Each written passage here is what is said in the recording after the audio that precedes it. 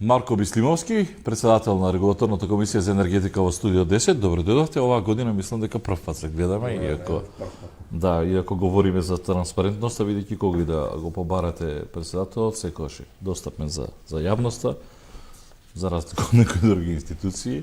Тоа претпоставам треба да ви импонира. Председателе, се појавува во јавноста, веќе циркулира темата, ќе се врати ли ефтината тарифа за струја, тоа е она што ги интересира граѓаните и затоа почнува веднаш со тоа.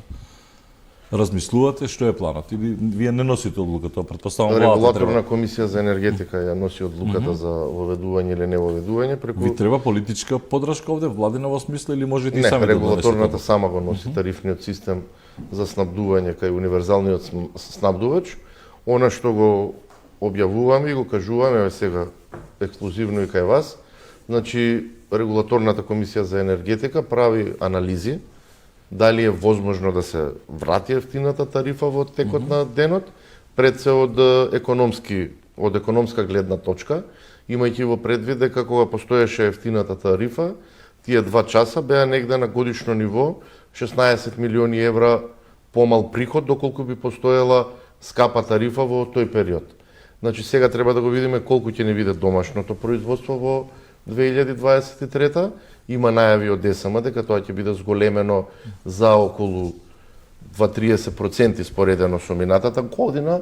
Значи некаде се очекува околу 5 милиарди киловат часови да имаме производство на електраните кои што ги управува ЕСМ, вклучувајќи ја и ТЕЦ Неготино. Добро, тоа е значително повеќе од 3, колку гига на 5 гига. Апсолутно, и минатата година беше успешно тој дел. Заради тоа имавме и одредено релаксирање на цените, а исто така го анализираме и фактот дека веќе имаме голем број на изградени фотоволтаици, кои што најголем дел се компании кои што се ги поставија на своите кровови и кои што потребите од електрична енергија нема потреба да купуваат ни на слободен пазар, ни на регулиран пазар, туку најголем дел од своите потреби се ги обезбедуваат од фотоволтаиците. И она што е интересно, што се јавува веќе втора година поред на европските и на светските берзи за електрична енергија, исто така и на најреферентната берза за нас Хупекс, е дека цената на електрична енергија во периодот кога произведуваат фотоволтаиците, еве сега во зимскиот период, некаде од 9-10 па до 13-14 часот е поевтина отколку во останатиот дел од денот. Како што ќе се зголемува денот, тоа така ќе продолжи тој тренд и во пролет и во лето, така да го анализираме и тој дел, бидејќи факт е дека во тој период цената на електричната енергија на берзите е поевтина отколку во останатиот дел од денот, така да конкретно ако за денешниот ден просечната цена е околу 116 евра за мегават час, овие периоди кога произведуваат фотоволтаиците се движи од 78 евра па до 85-6 евра за мегават час. Значи во тој период, за разлика од порано, кога беше најскапа цената на електричната енергија, сега имаме поевтина цена на електрична енергија и поради тоа ги направиме анализите и доколку постои можност, апсолутно дека би се вратила ефтината тарифа, при тоа да нема финансиски реперкусии на целиот електроенергетски систем. И јасно е дека во тој период кога што функционираше оваа ефтина тарифа, тоа ќе представува придобивка пред се за пензионерите и во најголем дел очекуваме дека таа придобивка, како што ја користеа до крајот на 2020, би ја користеле и во наредниот период, имајќи во предвид дека тоа се категорија на потрошувачи кои што најекономично троши, внимава, а исто така и кога започна ковид кризата, во најголем дел редовно ги плаќаа сметките и ја задржаа ликвидноста на целокупниот електроенергетски сектор во државата. И сега да сумирам, ова значи, вие напоменавте неколку теми овде, кои што граѓаните, оние кои што нормално следат, можеби енергетики и се поупатени, разбираат за што зборувате. Крајниот момент е, вие сега ги разгледувате сите овие опции и кога може да се очекува, например, ќе направите анализа, кога може да се очекува одлука? Па одлуката ќе биде вообичаено кога ги носиме одлуките за цени, значи доколку се воведе, би се вовела од 1 јули, кога ќе носиме и одлуката за новата одлука за цена на електрична енергија. Треба да видиме ЕСМ како произвел. Радува фактот што ЕСМ и за задоволување на потребите за загуби на електрична енергија во преносната и во дистрибутивната мрежа не прави увоз на електрична енергија. Имавме период на поволна цена на мазутот, така да производната цена на ТЕЦ Неготино беше пониска во најголем дел од почетокот на годината отколку што е пазарната цена, и сето тоа влијае да почнеме да правиме анализи и да размислуваме за можноста за враќањето на ефтината тарифа. Да, вака како што сега стојат работите. На добар пат сме за враќање на ефтината тарифа? Па, значи, и оваа цена која што е во моментов е, да речеме, помогната од државниот буџет. Јас очекувам заради доброто производство и помош од државниот буџет да се намали од тоа што било проектирано, така да и тука ако ни се отвори простор за да можеме да му помогнеме за да можеме да помогнеме на домаќинствата, тоа нема да представува никаков проблем. Значи треба да се исполнат некои фактори, да не се доведуваме во ситуација ЕСМ да го носиме повторно во загуби кои што чинеле на годишно ниво 16 милиони евра, и врз основа на тоа ќе донесеме одлука. И сега споменавте колку 14 до 16 милиони евра, тоа се пари кои што се одлеваат, државата одлеваше за струја односно во тој интервал од 14 до 16 часот, колку? Околу 16 милиона евра беа на годишно ниво, кои што ја го чина ЕСМ, бидејќи во тој период цената на електричната енергија беше 2 пати поевтина отколку што е во преостанатиот дел. Евидентно ли може да се запримети, предпоставам сигурно имате информација, например, дали по укинувањето на дневната тарифа, ефтината тарифа, дали имавме ние зголемена потрошувачка навечер? Значи, од кога се укине ефтината тарифа, во периодот пред да се укине, од тој 14 до 16 часот имаше една грбка на зголемена потрошувачка, и во тој период реално цената беше највисока на берзите. По укинувањето на ефтината тарифа, таа грбка ја снема и голем дел од потрошувачката од тој период се префрли во ноќните часови, што е добра работа, бидејќи во ноќните часови ние постојано имаме вишоци на електрична енергија од термоелектраните, бидејќи заради нивниот технолошки процес е таков, тие не може да се исклучат во ноќните часови, туку се спуштаат на некој основен технолошки минимум, и што е можно повеќе е добро во тој период да имаме потрошувачка на електрична енергија, се разбира во рамките на можностите, да не очекуваме дека после 22 часот граѓаните би ја зголемиле потрошувачката без причини, но пуштање на машина за перење, алишта за машина за пуштање на домаќински работи, да. Оно со фотоволтаиците го споменавте, ќе сакам да го прокоментираме малку, бидејќи некако стана во мода. И имам впечаток кои што стигне сите фотоволтаици ставаат. И сега прво тргнуваат од тоа, не вари ова спорска кладилница, облажувалница и ај ќе ставиме фотоволтаики и ги правиме пари. Доаѓа ли Македонија ова ситуација каде што ќе нема каде да се продава струјата од фотоволтаици? Значи секаде е ставена фотоволтаик. Значи ова што се случува со изградба на фотоволтаици не е само случај во Македонија, тоа е во Грција, Бугарија, Албанија, делумно Косово, Србија започнува, Хрватска. Таа струја ќе стои како има, да, факт е, и тоа го кажувам веќе неколку месеци наназад, дека се градат многу фотоволтаици, потрошувачката на електрична енергија нема да се зголеми, не може колку што се изградени фотоволтаици со тој инсталиран капацитет да се прават и нови фабрики. Тоа не се случува. Туку имаме таму и обратен процес. Сите компании заради енергетската криза инвестира во енергетски ефикасна опрема и се намалија својата потрошувачка, не само во Македонија, и насекаде.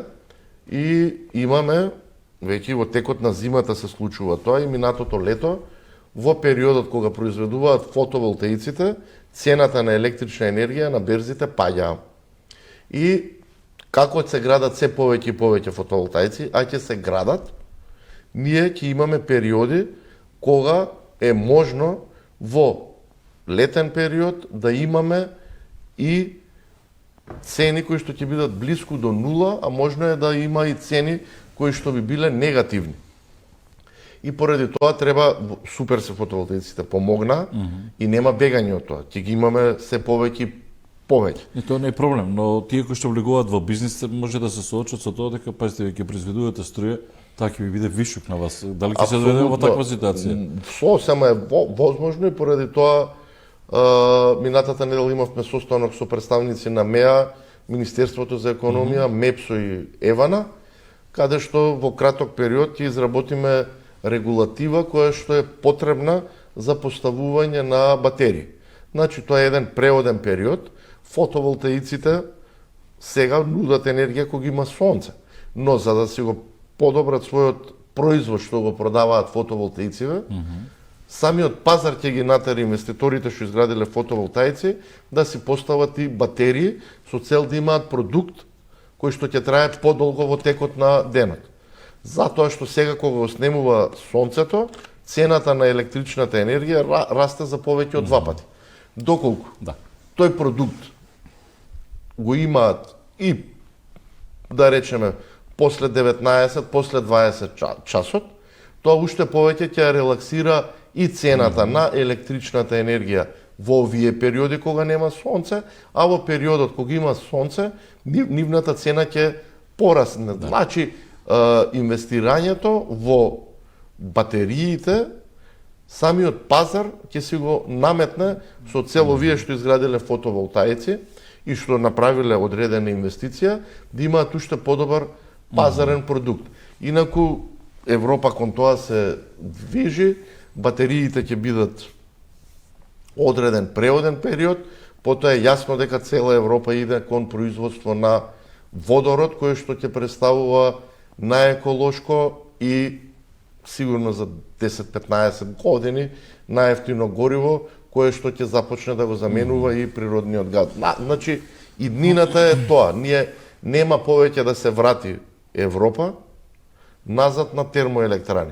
Да, во овие услови на криза се вклучија термоелектраните, ќе ни треба базна енергија. се вклучија и јаглени и све проработи, но возот е отиде натака и сите европски финансиски институции не даваат пари за изградба на термоелектрани. Сега ова ќе биде интересно, бидејќи за сериозните бизнисмени не е проблем, иако батеријата е исклучително скапа и сега видите, батерија е батерија, вие можеме ние до утре да зборуваме, меѓутоа таа батерија некогаш во зимно време, знаете, исто како на телефонот, тоа е захтевна работа, така што да, таков фотоволтаик со батерија која што е исклучително скапа сега кога веќе се решили да инвестират и бара одржување.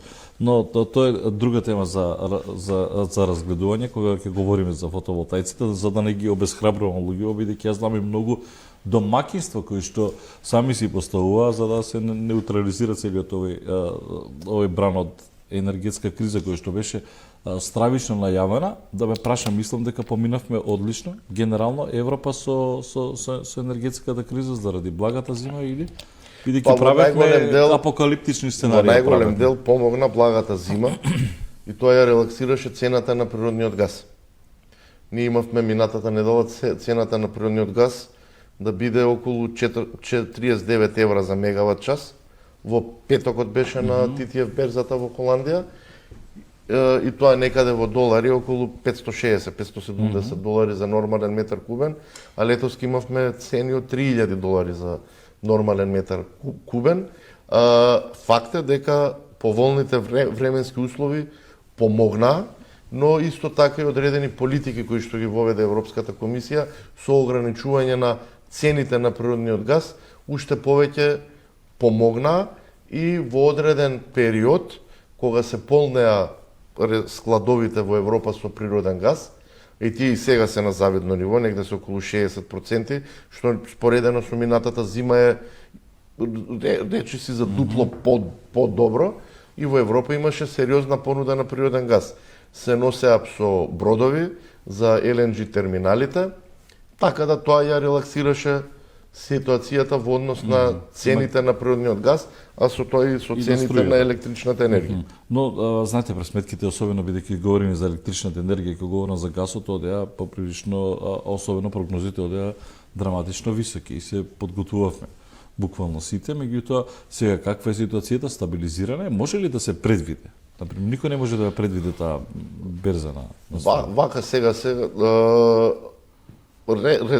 складовите на Европа се полни со природен газ и тој природен газ во одреден момент кога ќе треба да се продава, нема да се продава по оваа цена, ќе се продава по повисока цена, бидејќи е купувани по повисока цена. Никој не е луд тоа што го купил во август-септември по 100-150 евра за мегават час да го продава по 50 евра.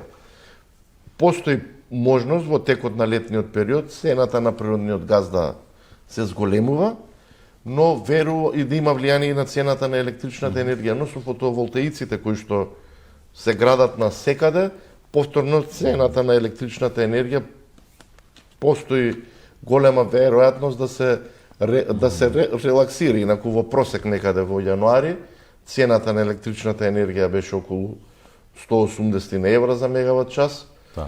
А претходно знаеме до колку одеше. Одеш и до 400, до 500 и до 600, но сепак е за 3 пати повисоко од една нормална и вообичаена година на која што бевме навикнати. Сега се радуваме, викаме супер, имаме цена од 180 евра за мегават час. Сега во февруари денеска тргувањето е затворено на 116 евра за мегават час. Така да тоа помага и на македонското, особено на македонското стопанство. Реално некои имаат проблем, бидејќи купуваат електрична енергија поврзана со цената на Хупекс. Но имаат и дел од компаниите имаат проблем. Апсолутно има проблем затоа што ние бевме навикнати на 40-50 на Апсолутно и имаат практично проблем. по таа цена ја продаваше, ако не се лажеме, само на Ивана, односно да, 48, колку беше минатата година, Беше не се лажам. 34 евра за мегават час. Додека на берзите беше по 300-400 евра, тоа беше 48 евра и тие се тие оние субвенции од држава и сега веројатно вие ја гледате ситуацијата, па затоа може би размислувате за таа ефтина тарифа. Да. Но ќе имаме ли поскапа струја? Значи, ние го гледаме тоа во пакет. Воведувањето на ефтината тарифа, значи намалување од 5% на просечната цена на електрична енергија на домаќинствата.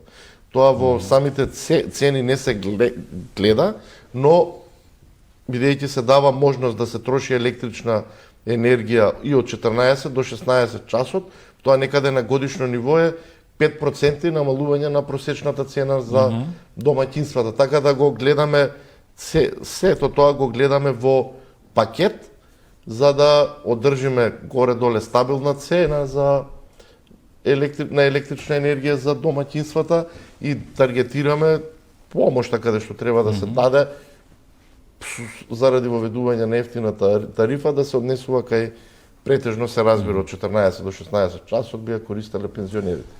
Да, ние сега имавме последнава корекција на цената кога ви беше, практично вие нивелиравте затоа што и нели првата реакција беше намалувањето на ДДВ-то, кое што беше во првата година, ако не се лажам, беше на 0, па потоа нели следната година беше, на 5, сега на 10. На 10. Сега ќе се враќа во нормален ова носење на ценава? Видете сега тие анализи кои што ги правиме негде, доколку би се зголемило ДДВ-то од 10 на 18%, тоа е некаде околу 15 на милиони евра на годишно ниво. Буџетските приходи најдобро ги знае Министерството за финансии, но ја би одел чекор по чекор да видиме ова 10% ДДВ како ни функционира, па понатака доколку се релаксираат и цените, не е проблем да се врати ставката на ДДВ како што си била вообичаено 18%. Инаку ние и пред да донесеме одлуката и во септември минатата година баш кај вас во емисија кога почна да се збори за зголемување на цената на електрична енергија, бев против, бидејќи прво треба да си го подобриме домашното производство, што се направи во 2022, во 2023 веќе имаме сигнали дека уште ќе биде подобро, така да со стабилно домашно производство се е полесно и може да се прават било какви калкулации. Дополнително, со овоа стабилно домашно производство се отвара простор ЕСМ како компанија да продава и на слободниот пазар на електрична енергија и да остварува дополнителни приходи. Така да на добар пат сме, треба да се доврши оваа аграрна сезона, да се ние веќе започнуваме со некои првични анализи со цел да видиме што би значело можно воведување на ефтина тарифа во текот на денот. Отприлика кога се утврдува цената, на пример, за да имаме корекција, кога ќе знаеме ние дали тоа распишува сама тендер, па се јавува Евана, и сега по која цена? Евана распишува тендер, Евана се распишува јавува тендер, пардон, ЕСМ. се јавува Тоа ЕСМ. некаде на почетокот на месец јуни, така да кон крајот на месец Да, јуни може ќе да се знаеме. дефинира отприлика сега цена како би била или никој не може да прогнозира такво нешто. Премногу е рано, помина само јануари, февруари. Па и февруари поминува другата недела. Што производство сме имале, март, па треба да се предвиди како ќе се изведуваат ремонтните активности во Битола, а се разбира и во Неготино, за да може во март и во април вообичаено да е период на кога имаме и дотоци на вода поголеми и вообичаено во нормални услови цената на електрична енергија тогаш и паѓала, доколку треба ние поевтино да увеземе електрична енергија, апсолутно треба да се увезе, да не очекуваме од ТЕЦ Неготино дека ќе даде, ако ни дава повисока цена, и дополнително мислам дека има сериозен простор и за продажба на вишоци во наредниот период од страна на ЕСМ. Може, треба ли да би сега ова делува поприлично релаксирачки во смисла на тоа што веќе размислувате, меѓутоа сепак не држи будни во која смисла? Во смисла на најавите дека се очекува жестока пролет на Русија и Украина, значи напади повторно, а тоа е она кое што практично го пореметува целиот и економски и енергетски Апсолутно проблем. го Предпоставам го пореметува. следите и тоа. И тоа ќе го И затоа не следиме. може уште од сега да се донесе било Не каква можеме од оценка. сега, како што гледате, ситуацијата со снегови и дождови во Македонија не е баш поволна. Оваа зима во Скопје нема паднато снег, не верувам дека ќе падне снег. Да видиме каква ќе ни биде и хидрологијата, бидејќи тоа ни е исклучително битно. Минатата година бевме една од ретките држави каде што не посака хидрологијата. Да видиме оваа година како ќе биде, да се надеваме дека ќе имаме уште снегови, особено на планините, кои што потоа ќе ги наполнат нашите акумулации. Ако не се случи тоа, станува сериозен проблем и водењето на системот, имајќи во предвид дека минатата година во Албанија конкретно имаше сериозен проблем во пролетта, дури па понатака се во одредени периоди од годината се стабилизираше ситуацијата. Значи, добро е да имаме и добра хидрологија за да ни помогне, за да ни се наполнат акумулациите на нашите хидроелектрани. По ние податоци кои што ги добиваме, да, празни се езерата, се троши таа хидроенергија, но тоа е вообичаено, но за 100%, ако го споредиме овој датум со лани во 2022, некаде дупло е подобра ситуацијата, бидејќи оваа година го имаме и Битола 3 на мрежа, Да.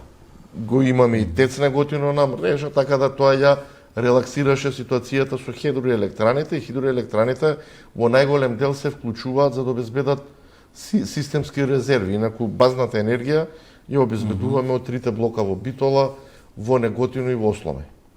А ситуацијата со термокапацитетите? Предпоставам имате информација, Осломе и ТЕЦ Неготино, Рек Битола. Сега, Значи, како што е? Колку е што може да стабилна, биде? произведуваат, ние не можеме да очекуваме дека ќе нема испади. Ја никогаш не сум кажал дека нема да има испади. Мора да има испади тамо, тие се стари производни капацитети, кои што и цевките кои што се тамо се проектирани за еден вид на јаглен, кој што бил од Битола со повисока калорична моќ, сега е тоа што го копаме како јаглен од Битола, државата што го копа преку ЕСМ е со пониска калорична вредност, поради тоа и се увезува јаглен, така да и понекогаш кога го прават миксот од домашниот јаглен и увезениот јаглен, сосема е возможно да има проблеми од аспект на калорична вредност на тој јаглен кој што се користи за производство и не можеме да кажеме дека ќе нема испади. Мора да има испади. Тоа ги има во сите стари термоелектрани. Ние очекуваме од 40 годишна електрана да работи нонстоп на мрежа. Златните години поминаа некаде на почетокот на минатиот век, 2004, 5, 6. Да. РЕК Битола беше рекордер по производство и беше рекордер на електрана која што работи со најмал број на часови за ремонти. Значи тогаш бил максимумот изваден и тогаш само од трите блока се произведувало околу 4 милиарди и 800 киловат часови. Сега од се што имаме на потенцијал, вклучувајќи го и ТЕЦ Неготино, викаме да, добро е ако произведеме 5 милиарди киловат часови. А пред 15 на години само трите блока даваат 4 милиарди и 800. Па добро, и годините си го прават своето. Сега ние можеме да сметаме на нив следна зима, например? Мора да сметаме на нив. И додека трае енергетската транзиција и да се заменува јагленот со гасот, а ќе се заменува, додека го имаме јагленот како ресурс, мора до крај да го искористиме. Ние сме енергетски сиромашна држава, енергетската независност порано ја обезбедувавме од јагленот, сега се повеќе и повеќе го нема. Да.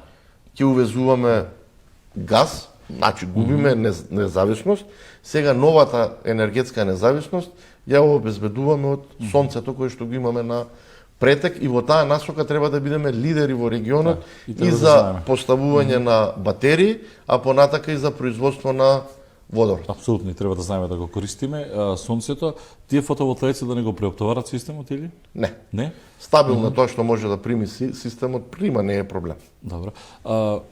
Одиме на гасот, бидејќи и времето гази по полека, сега ќе сретнете информација дека гасот на берзите е исклучително ефтина, држава го набавува по не знам колкава цена. Добро, такви беа набавките за февруари и за јануари беа горе-доле во рамките на очекуваното. Ние кога ќе се поднесе барањето за цена за топлинска енергија, бидејќи тамо гасот нема најголемо влијание, ќе направиме но тие се на пазар слободен. на слободен пазар, се тие си го решаја проблемот, има веќе двајца активни снабдувачи. Ќе правиме анализа за целокупниот пазар на природен газ во државата, па и така ќе го определиме и трошокот за природен газ. Добро, но сега веќе плаќаме скапа цена. Предходно знаете, вас ќе ви излезат од вода и ќе ви кажете, еве, ако слушаме некои експерти, ако купивме тогаш не знам струја, ќе плаќавме не знам колку, еве, сега и се случува тоа. Факт беше доколку се направеа набавките во август, септември, ќе платевме екстремно висока цена.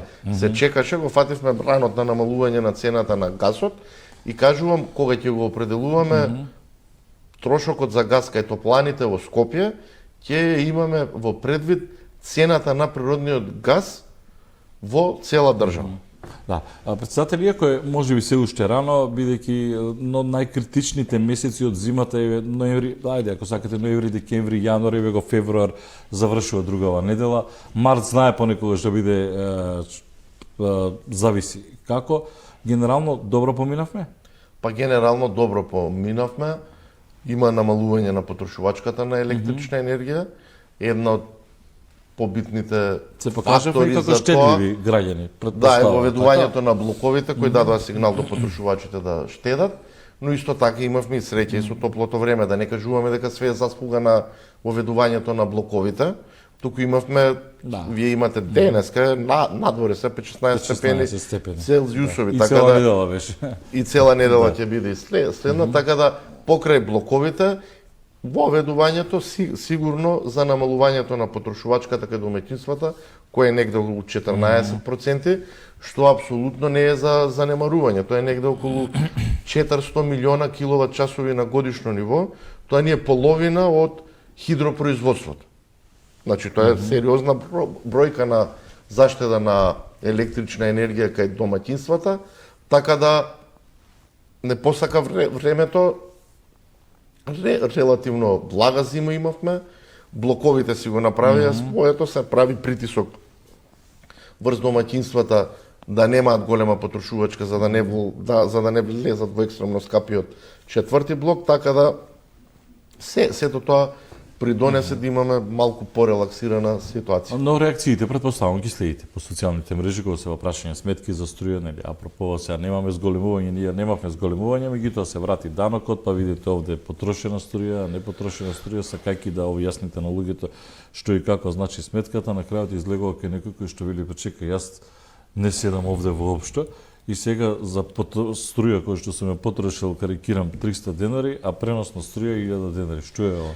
Значи, користел не користел струја, само фрижидерот да е вклучен. Од 1 јануари трошокот за пренос на и дистрибуција на електрична енергија, вкупниот трошок кај домаќинствата е намален за 20%.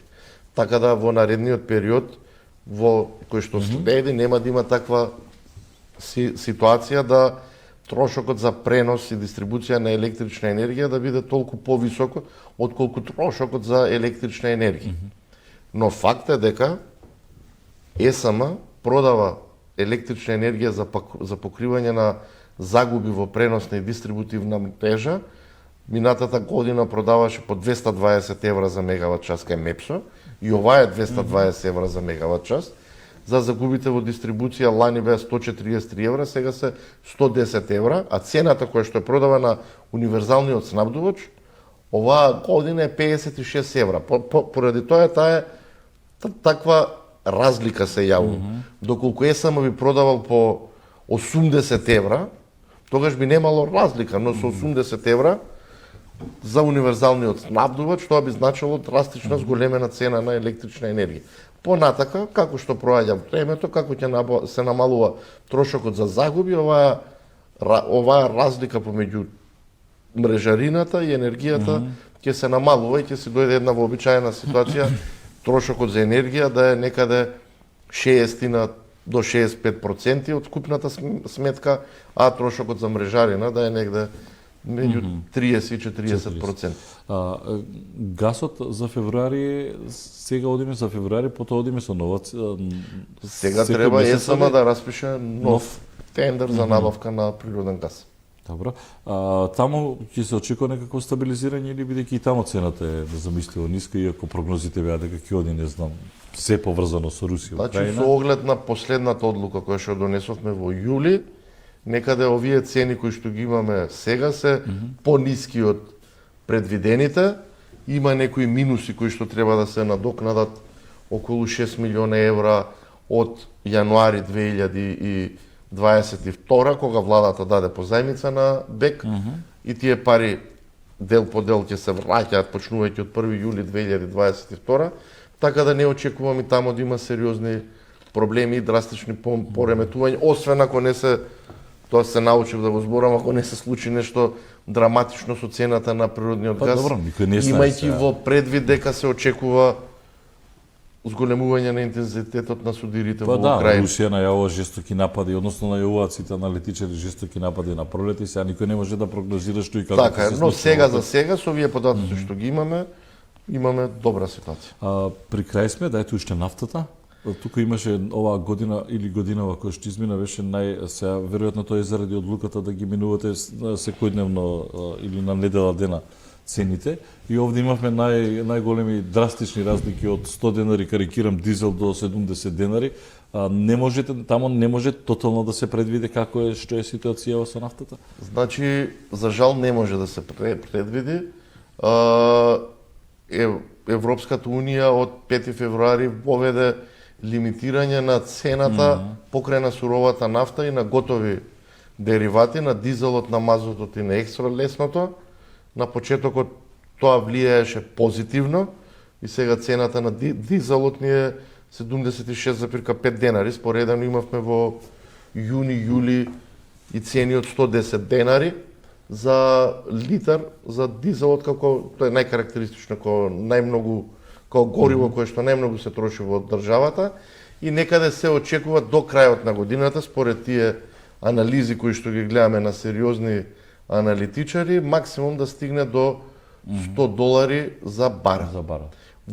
Денеска е негде околу 83-4 долари за барел, но да видиме што ќе се случува во наредниот период, имајќи во предвид дека европскиот пазар нема да добива веќе руски дизел кој што реално беше поевтин, па така да видиме да не има проблеми и со обезбедувањето на потребниот дизел во најударниот период кога има потрошувачка на дизел, тоа е некаде во летниот период. Ние земаме од Грција, така? Најголем дел од готовите деривати кои што ги носиме во државата, околу 80% се од Грција. Добро, денес ќе носите некаква одлука или веќе донесена? Денеска носиме, мислам, и донесена е, цената на дизелот ќе се зголеми за 0,5 денари, за бензините 1 денар, и факт е дека малце се стабилизираше сето тоа, дека имавме долг период цената на дизелот беше повисока од бензините, сега веќе имаме еден месец цената на дизелот е за 5 до 6 денари, 7 пониско отколку цената на бензините. Но вие следите берза и следите курс на долар, така? Следиме Две ги ние компарирате берза, ли? да, и двете. Курсот на доларот пред минатата недела дојде до 56,5 денари. Гледав денеска дека е 58,0506 денари. Испоредено и со тоа е подобро што го имавме летос кога стигна и до 63-64 денари за 1 долар. И сега, бидејќи велите, барем сега можеме да кажеме дека имаме некакво стабилизирање на цените на нафтените деривати, кога го прашање нели дизелот и бензинот кој што има свое едно време и на вистина голема дискрепанца, сега вака постојано ќе одите зголемување, намалување. Па мислам дека ќе се стабилизира, освен нешто драматично ако не се случи.